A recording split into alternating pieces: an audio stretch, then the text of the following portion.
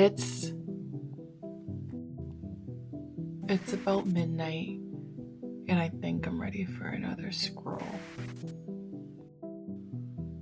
It's wild to think that I have been on Instagram for just about over half my life.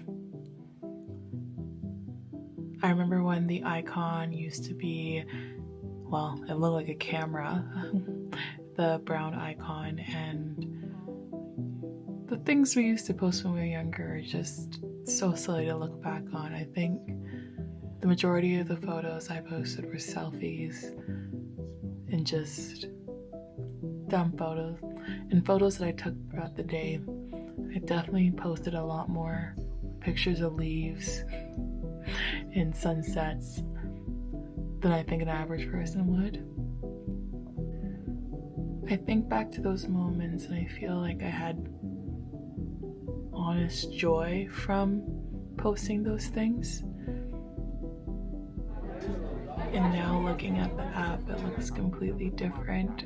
I don't think I really scroll past many people that I actually follow. I definitely get a lot more ads than actual connection. It is so entertaining sometimes.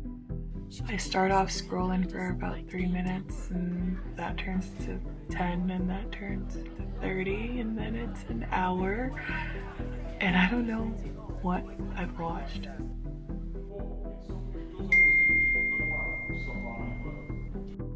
It's bad enough that I spent hours and hours and hours on this app that I could probably get a part-time job with those hours per week. If someone were to ask me in the last month if I clearly remember a video, I don't think I could actually answer that question.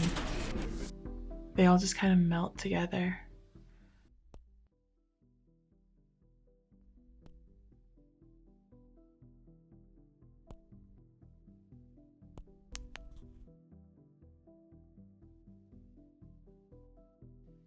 I think this is what they call a social media addiction, and I need to quit. I quit Instagram, and I think you should too. Don't get me wrong, I love Instagram. Instagram is the way that I connect with some people, it's the way that I get inspiration, it's the way that I use my spare time, or sometimes not my spare time, but I'm just bored and I want to do some procrastinating. It has been a place where I choose to connect and also disconnect at the same time. But by reading the book In the Realm of Hungry Ghosts by Gabor Maté, I think my thoughts have changed a little bit about Instagram.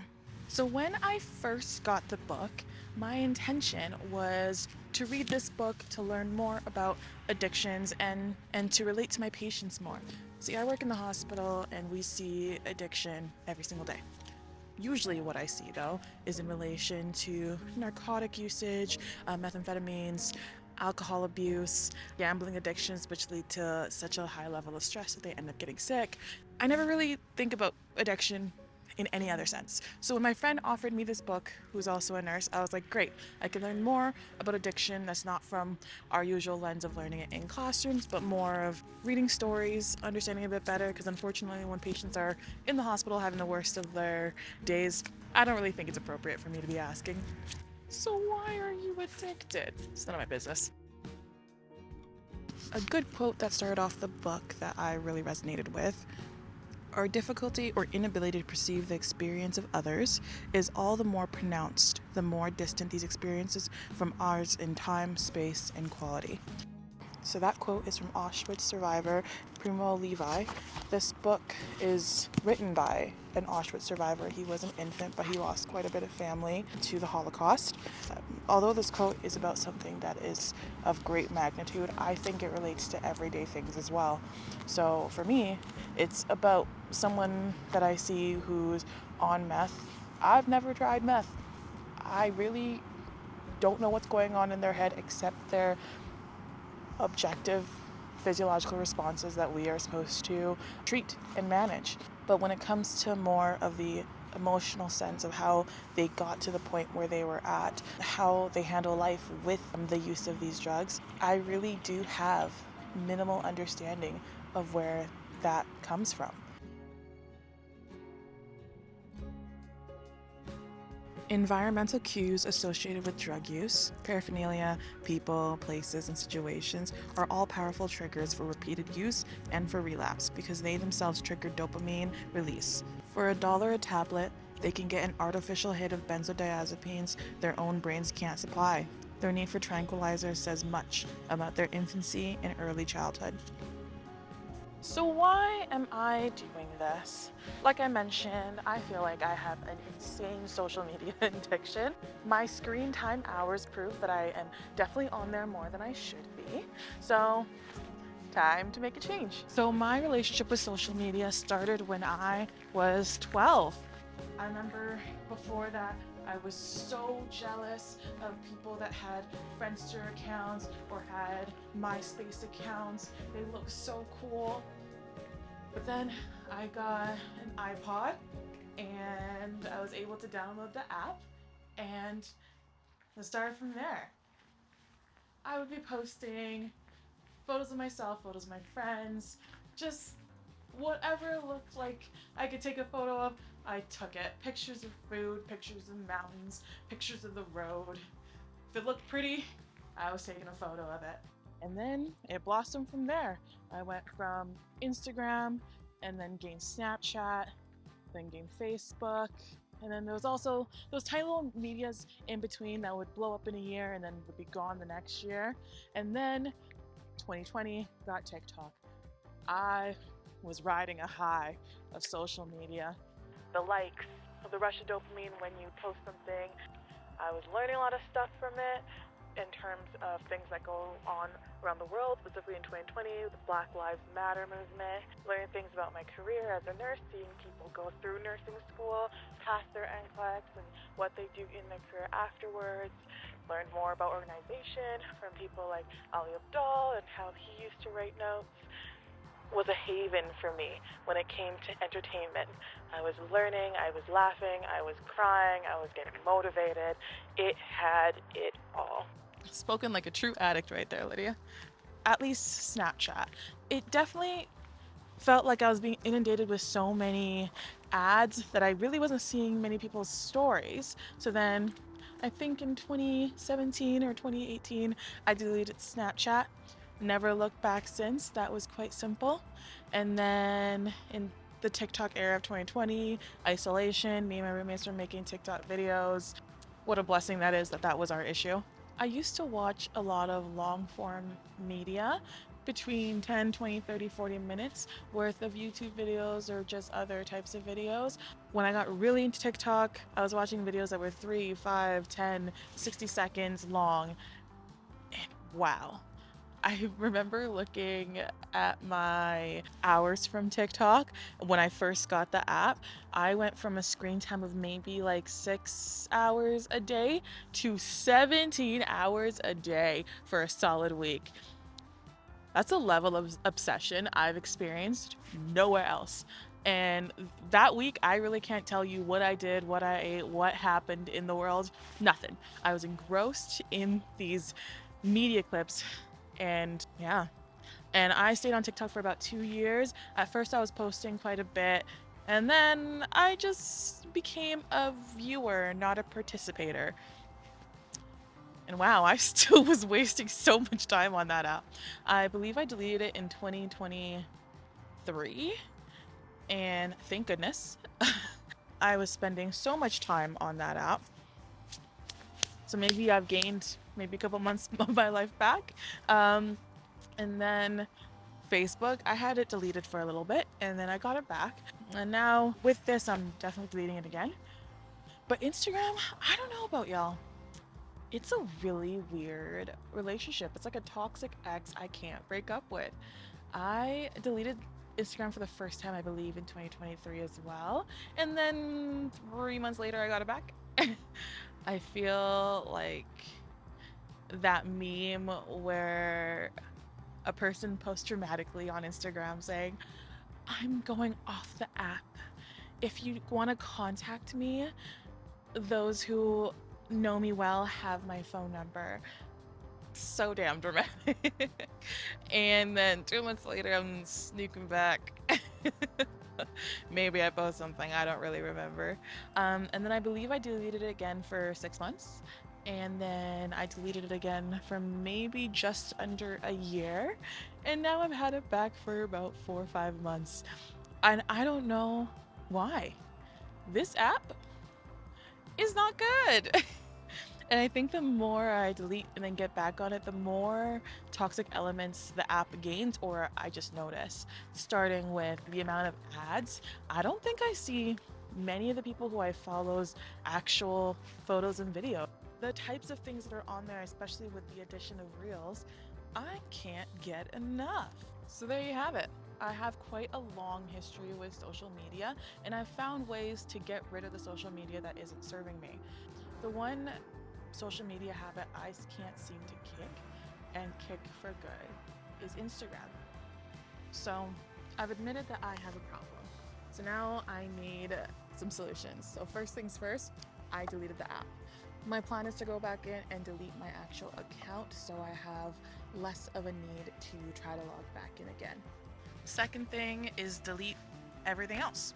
So on my phone, I got rid of Facebook, Prime, Netflix, YouTube, all things that more or less are in the category of social media for me. It's just media that I tend to be social with. So when I'm watching Netflix, I'm talking about Love is Blind with my coworkers. When I'm on Prime, I'm talking about whatever show with them, and it's something that I can access on my phone. And when I should be pulling out a book to read, I go to that when I am on my break for lunch or when I'm just bored. So still something social, still something that's media, and something that is wasting my time, or I think that is wasting my time. Third thing is replacing that time with the things that I've been wanting to do. So get back to reading, sewing, photography, cooking, baking, and playing piano. Oh, I know I should give those things more time. I know I'm quite absent-minded when it comes to how much better I feel when I don't have social media, so I think I'm gonna have to employ some sort of journaling to allow myself to actually have physical understanding of how much better I am feeling with this. Emotional processes rule the addict's perspective. Whatever she's feeling in the moment tends to define her view of the world and will control her actions. People are susceptible to the addiction process if they have constant need to fill their minds or bodies with external sources of comfort, whether physical or emotional. That need expresses a failure of self-regulation, an inability to maintain a reasonable, stable internal emotional atmosphere. Self-regulation is part of development, but I feel like when a kid gets social media at 12 or 13, this is the peak time for learning your self-regulation apart from your parents. So when you have something like social media, which is constantly giving immediate gratification and it's constantly exposing you to all these high levels of dopamine, that self-regulation is inhibited. Addicted people often say, I don't know who I really am. If the addict has more than the usual difficulty in holding onto a healthy sense of self, it's because in the addicted brain, the reaction, patterns, emotions, and thoughts that create a sense of self fluctuate so widely. Due to impaired regulation over easily triggered feelings of craving and distress, the addicted mind lacks consistency. The psychological oscillations and pendulum swings are greater than those that most people would experience. Thought patterns and emotional states pursue each other with an exaggerated rapidity and across broader range. It seems there is less to hold on to. In fact, the addictive behaviors and substances are one way of trying to impose some level of structure. Many addicts define themselves through their addictions and feel quite unmoored and lost without them. Substance dependent people do this, but so do workaholics and other behavior addicts. They fear giving up their addiction not only because of temporary relief it offers, but also because they cannot conceive who they might be without it.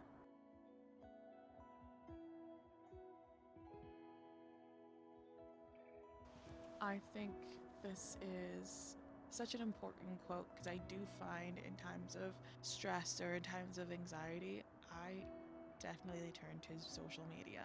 Just being able to scroll, being able to control just something allows for me to feel like there's some level of structure.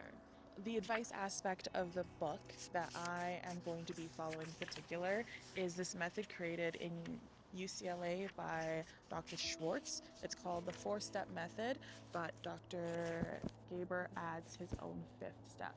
So this 4-step program, that's usually for someone that has OCD, believes that addiction and the disorder of OCD is rooted in malfunctioning of our brain circuits and our implicit stories and beliefs that actually do not match reality. Step 1 in the 4-step method is to relabel. The question is never why the addiction, but why the pain. Our goal is to relabel the addictive thought or urge exactly for what it is, not mistaking it for reality.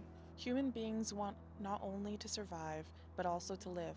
We long to experience life in all its vividness with full, untrammeled emotion. Adults envy the open-heartedness and open-mindedness of children. Seeing their joy and curiosity, we pine for our own lost capacity, for that wide-eyed wonder. Boredom, rooted in fundamental discomfort in oneself, is one of the least tolerable mental states. For the addict, the drug provides a route to feeling alive again, even if it's temporary. So for me, being honest, I like to waste my time on social media because that means I don't have to focus or worry or stress about anything else. Nothing else. I might say that I really love looking at these cool videos, I really love learning, and yet those are all secondary. But a lot of the time, when I'm getting those really big dopamine hits, it's because I'm avoiding doing what I really need to do. And then the other aspect of it is I am trying to get some level of validation of maybe who I am, maybe who I want to be, or maybe who I'm not. So when we relabel, we give up the language of need. I don't need to have social media to make me feel good. So this first step is essential. It is bringing up the conscious awareness that we know we have a problem. By relabeling the problem, Dr. Schwartz says that we are bringing up the impartial spectator. He defines the impartial spectator as the capacity to stand outside of yourself and watch yourself in action, which is essentially the same mental action as the ancient Buddhist concept of mindful awareness. The second step is to reattribute. In the Reattribute, you learn to place the blame squarely on your brain. This is my brain sending me a false message. So when I feel the urge to download Instagram, I can say, the feelings that I'll get from Instagram is a false message I'm receiving from the brain. I will, in fact, not receive those feelings. So the point of step 2 is to understand where these wants and urges are actually originating from. Its goal is to make us understand that this is not a moral failure or a character weakness, it's just the effect of the circumstances over which we have no control over. But what we do have some control over now is how we respond to the compulsion that we are presently experiencing. You were not responsible for the stressful circumstances that shaped your brain and your worldview, but now we are able to take responsibility for it. In the third step, it's refocusing. So while you're refocusing, you're buying yourself time. The main thing Dr. Schwartz is trying to hone in, it's not about how you feel when it comes to these addictive issues, it's about what you do. So for me, I've mentioned that I have 5 hobbies that I really do enjoy, and I believe I'm going to lean onto those hobbies as my way of refocusing and still allowing to the acknowledgement that I want to be on social media, but refocusing and trying to go further and further away from those urges. The fourth step is revalue, and I really just like the way that Gabor wrote this. This step should really be called devalue. Its purpose is to help you drive into your own thick skull just what has been the real impact of the addictive urge in your life. Disaster. You know this already, and that's why you're engaged in these 4 steps. The more consciously and actively you come to revalue the addictive drive in light of its pernicious influence in your life, the more quickly and smoothly you can perform the relabel, reattribute, and refocus steps, and more steadily into your brain's automatic transmission function returns. Revaluing helps you shift the behavioral gears. In the revaluing phase, Dr. Schwartz mentions that we have to anticipate and we have to accept. I think sometimes when we talk about addiction, we say that, oh, you just have to quit. But the main thing is When you quit, you're not quitting once, you're quitting every day, sometimes every hour, sometimes every minute. You are always going to be dealing with these pressures from our brain to give into these urges. And sometimes you win and sometimes you lose. The fifth step that is introduced by Dr. Maté is recreate. Life until now has created you. You've been acting according to ingrained mechanisms wired into your brain before you had the choice in the matter. It's out of those automatic mechanisms that you've created the life you now have. It is time to recreate, to choose a different life. You have values, you have passions, you have intention, talent, and capability. In your heart, there's love, and you want to connect that love with the world. Are you afraid you'll stumble? Of course you will. That's called being a human being, and then you will take the 4 steps, plus 1 again. As you relabel, reattribute, refocus, and revalue, you're releasing patterns that have held you and that you've held onto. In place of a life blighted by your addictive need for acquisition, self-soothing, admiration, oblivion, meaningless activity, what is the life you really want? What do you choose to create? And I'm choosing to create this. So I chose to read this book to get a better understanding of the patients that I'd be working with. But by the end of the book, I think it showed me a lot of urges I often gave into and how I don't cope with things very well sometimes. I can't wait to make a video in like 6 months, 9 months, or 12 months, or a couple years and see all the rewarding things I have been able to start due to releasing this addiction and recreating a new life. Isn't it weird to think that our excessive usage of social media has exacerbated and also caused acute episodes of depression, anxiety, and poor sleep quality? I think what scares me the most is a study that was posted in the Journal of Behavioral Addictions that spoke about researchers looking at people's MRIs who use social media excessively and noted that there was shrinkage in the prefrontal cortex. So we are talking about part of the body that deals with our behavior, our decision making, our ability to control ourselves, our ability to have impulse control, and our ability to focus shrinking. And part of addictions is that inability to have impulse control. So, when we were younger and they'd say weed is the gateway drug to everything else, I think is what they were meaning. I think social media can also be considered a gateway drug to other methods of behavioral addictions. So I'm thinking gambling addictions that people have, or porn addiction, this lack of impulse control. Now this pisses me off. So I did some calculations. If I spend on average 4 hours on social media, and I spend then about 365 days doing that, I got 1,460 hours committed to social media. With the 1,460 hours used on social media, that gives me 60 days per year. 60 days. There's so many things you could do in 60 days. I could travel so many countries, could read so many books, go so many walks. I could do so many things in 60 days. And that means per year, 60 days. And I've been on social media now for, how old am I? 13 years? Let's do the calculation. So far, that's 780 days dedicated to social media.